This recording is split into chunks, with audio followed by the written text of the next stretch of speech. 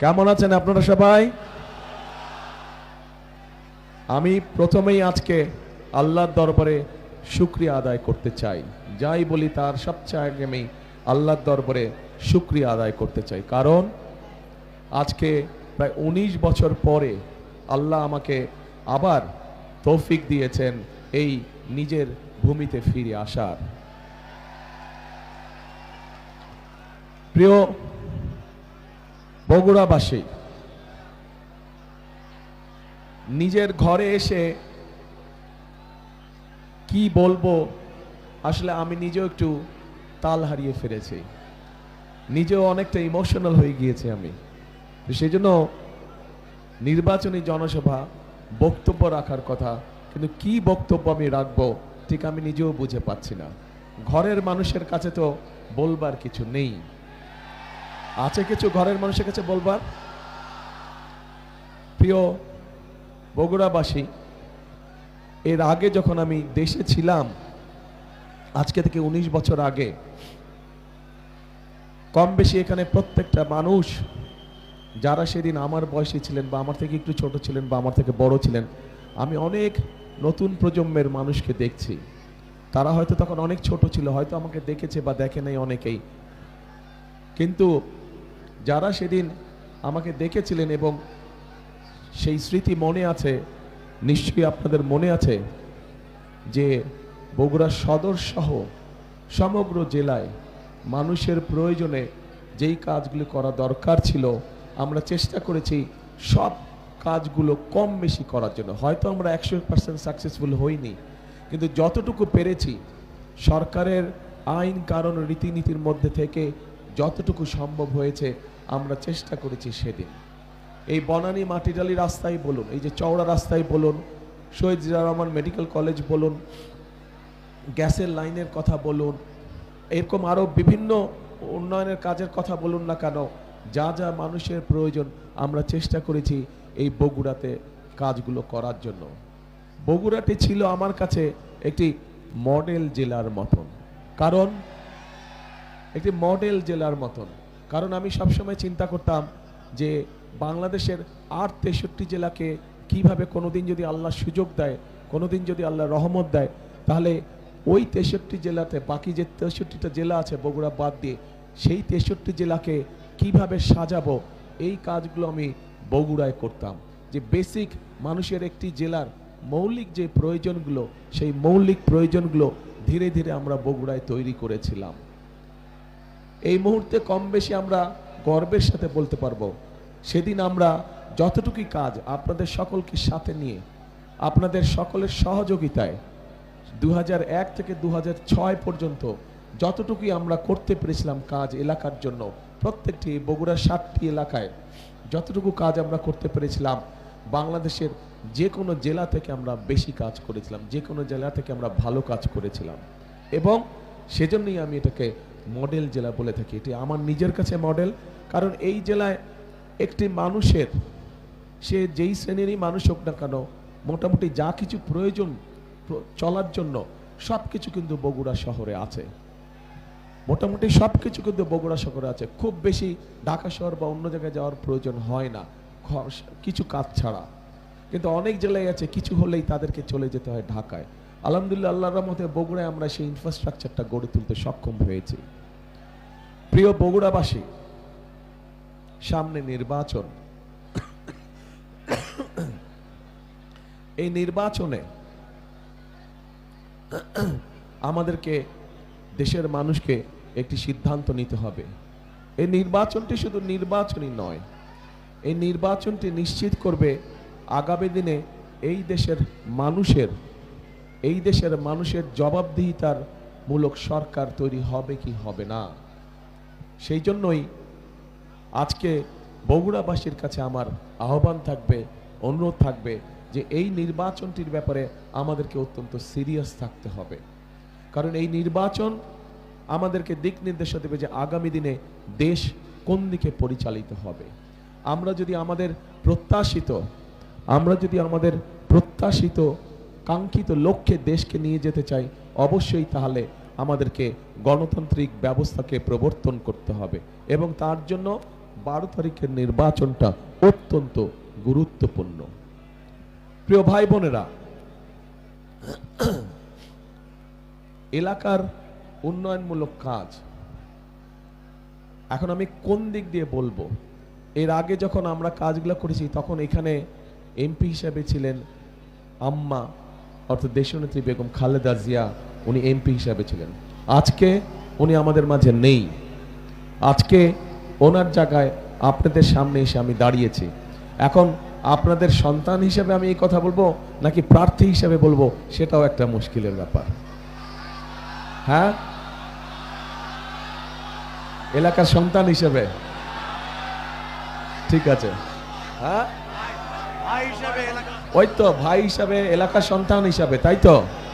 হ্যাঁ, তাহলে এলাকার সন্তান হিসাবে বা ভাই হিসাবে যে হিসাবেই বলি না কেন, এখানে অনেকে অনেকগুলা দাবি দিয়ে গেছে। আপনারা সুযোগ দিন, ইনশাল্লাহ যতটুকু সম্ভব আল্লাহর মতে সরকার গঠন করলে 12 তারিখে যতটুকু সম্ভব সে ব্যাপারে আমার মনে হয় না কারো চিন্তা করার প্রয়োজন আছে।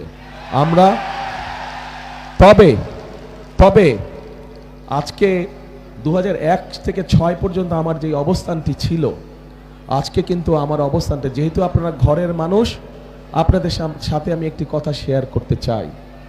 2001 থেকে 2006 আমার একটি অবস্থান ছিল, আজকে আমার অবস্থানটি ভিন্ন। 1 থেকে 6 পর্যন্ত আমি বগুড়াকে যেভাবে দেখতাম, সামনের দিনে ইনশাল্লাহ অবশ্যই সেভাবে দেখব। তবে এই যে একটু আগে একটা কথা বলেছেন, একজন প্রার্থী আমাদের বলেছেন যে গত 15 বছর ধরে বগুড়া বঞ্চিত ছিল। একটি কথা একজন বলেছেন। প্রিয় ভাই বোনেরা, বগুড়াই শুধু বঞ্চিত ছিল না গত 15 বছর ধরে। গত 15 বছর বগুড়া তো বঞ্চিত ছিলই, বলা যায় সমগ্র বাংলাদেশে সত্যিকারভাবে বঞ্চিত ছিল। কাজেই আজকে আপনারা যারা বগুড়াবাসী, আপনারা যারা বগুড়ার মানুষ, আগামী দিনে যদি আল্লাহ আমাদেরকে সেই রহমত দেয়, সেই সুযোগ দেয় দেশ পরিচালনা করার, তাহলে এই আপনাদের সকলকে চিন্তা করতে হবে যে শুধু আমরা বগুড়ার কথা চিন্তা করব, কিন্তু শুধু বগুড়ার কথা না, আমাদেরকে সমগ্রভাবে দেশের কথা চিন্তা করতে হবে। বগুড়াকে যখন আমরা সামনের দিকে নিয়ে যাব, ঠিক একইভাবে আমাদেরকে সমগ্র দেশকে সাথে টানতে হবে। সামগ্রিকভাবে সমগ্র দেশ কিন্তু গত 15 বছর সত্যিকার মানুষের যেই কাজগুলো, সেই কাজগুলো থেকে সমগ্র দেশ কিন্তু বঞ্চিত হয়েছে। দেশের মানুষ চিকিৎসা সুবিধা ঠিকভাবে পায় নাই। দেশের কৃষকরা তাদের বিভিন্ন সুযোগ সুবিধা থেকে বঞ্চিত হয়েছে। দেশের ছাত্রছাত্রীরা, দেশের শিক্ষা ব্যবস্থা সম্পূর্ণ ধ্বংস হয়ে গিয়েছে।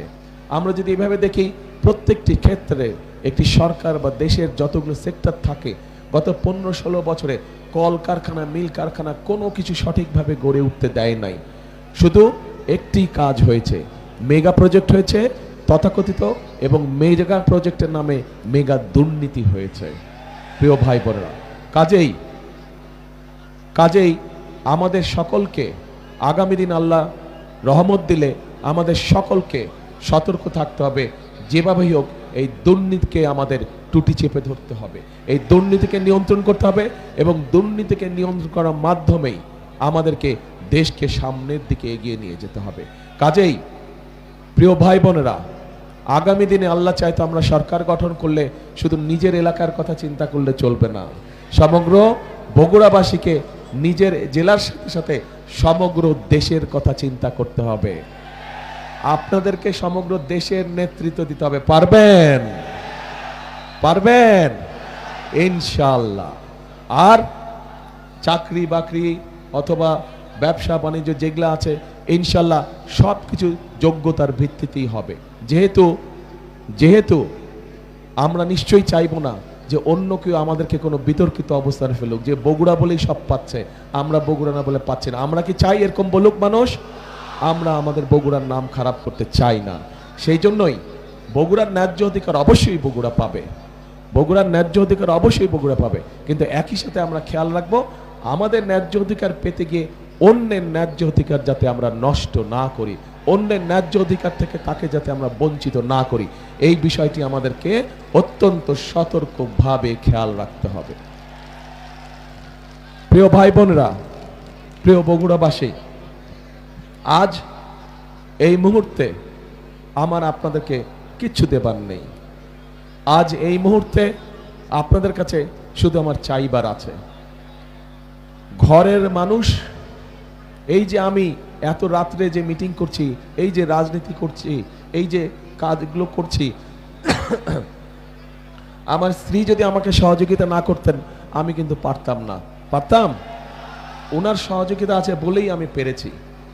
ঠিক একইভাবে আপনারা বগুড়ার মানুষ যদি আমার পাশে থাকেন, আপনারা বগুড়ার মানুষ যদি আমার পাশে থাকেন, আমাকে যদি মানসিকভাবে শক্তি সমর্থন আপনারা দেন, তাহলে ইনশাআল্লাহ আমরা বাংলাদেশকে আগামী দিনে একটা সুন্দর, ভালো, শক্তিশালী অবস্থানে নিয়ে যেতে পারবো।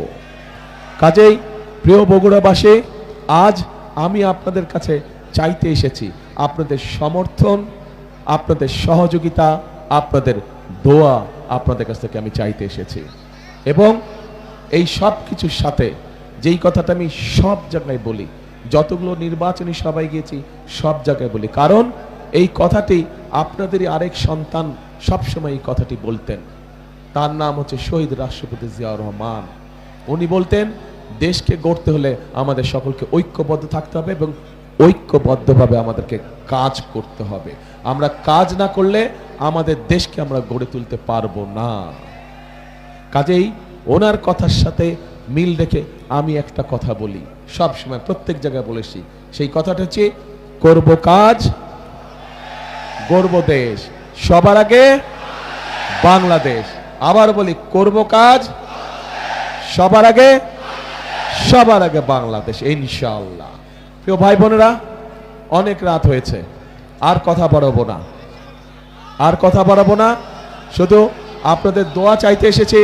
দোয়া করবেন আপনাদের উপস্থিত প্রত্যেকটি মানুষ এবং আপনাদের মাধ্যমে সমগ্র বগুড়া জেলার প্রত্যেকটি ইউনিয়ন, প্রত্যেকটি গ্রাম, প্রত্যেকটি উপজেলা, প্রত্যেকটি পৌরসভার প্রত্যেকটি মানুষের কাছে আমি দোয়া চাই, যাতে আপনারা বগুড়ার প্রত্যেকটি মানুষ আমাকে, আপনাদের এই সন্তান তারেক রহমানকে নিয়ে যাতে আপনারা গর্ব করতে পারেন, সেই দোয়া আমাকে করবেন। আমাকে নিয়ে যাতে আপনারা অহংকার করতে পারেন, সেই দোয়া আমাকে আপনারা করবেন। আপনাদের কাছে এই দোয়া চেয়ে নিয়ে আজকে আমি শেষ করছি বক্তব্য। আল্লাহ হাফেজ। বাংলাদেশ জিন্দাবাদ, বাংলাদেশ জাতীয়তাবাদী দল জিন্দাবাদ। আসসালামু আলাইকুম। আসসালামু আলাইকুম।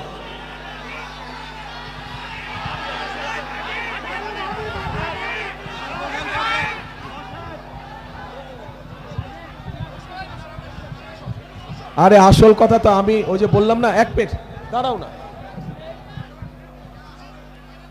আপনাদের সাথে ওই যে প্রথমে বললাম না যে আমি নিজে ইমোশনাল হয়ে গেছি, তো ইমোশনাল হয়ে কথা বলতে বলতে আসল কাজটা ভুলেই গিয়েছি।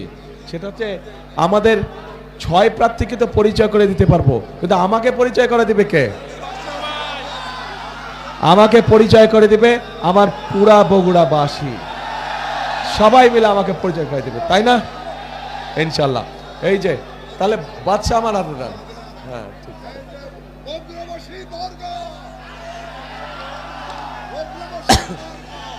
প্রিয় ভাই বোনেরা, এই যে এই 6 জনকে এবং ওনাদের সাথে আমিও আপনাদের সামনে দাঁড়িয়েছে, ইনশাল্লাহ 12 তারিখে এই ধানের শীষ, যা বগুড়ার গর্ব, এই ধানের শীষকে ইনশাল্লাহ বগুড়ার মানুষ যে কোনো সময় থেকে সবচেয়ে বেশি সম্মানের সাথে ইনশাল্লাহ বিজয় করে নিয়ে আসবে, ইনশাল্লাহ। আল্লাহ ভরসা। আসসালামু আলাইকুম। কে কোনগুলা টাচ করবো? এটা টাচ করলে কি হবে? ওকে।